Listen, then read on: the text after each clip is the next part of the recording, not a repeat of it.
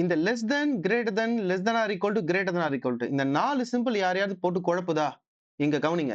இந்த சிம்பிள கரெக்ட்டா ரீட் பண்ணணும்னா, ஒரு ஷார்ட்கட் சொல்றேன். இப்ப நான் ஃபர்ஸ்ட் காமிக்கிற இந்த சிம்பிள் லெஸ் தென், லெஸ் தென் எல் மாதிரியே இருக்கு பாத்தீங்களா? லெஸ் தென்ல எல் இருக்கு இல்லையா?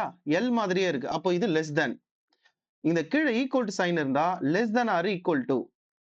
அப்போ அது லெஸ் தென்னா இது நம்ம ஈஸியா கிரேட்டர் தென் தெளிவா இருப்போம். அப்போ இந்த சிம்பிள் பேரு கிரேட்டர் தென். இந்த சிம்பிள் பேரு greater than or equal to. சரியா?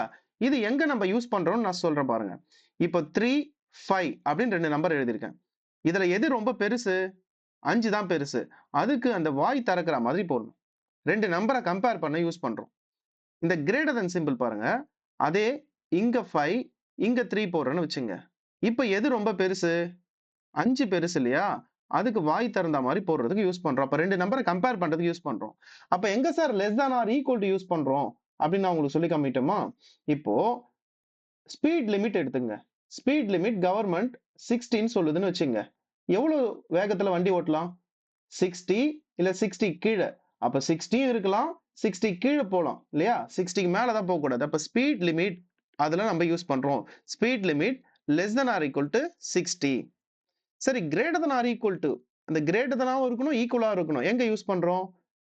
Voting eligibility. 18 வயசு இருந்தாலும் ஓட்டு போடலாம். 18 வயசுக்கு மேல இருந்தாலும் ஓட்டு போடலாம்ல? அப்போ 18 அதுவும் அலவுடு. அதனால ஈக்குவல் சிம்பல் வரும். அதுக்கு மேலயும் அலவுடு. இதுதான் ரியல் லைஃப் எக்ஸாம்பிள்.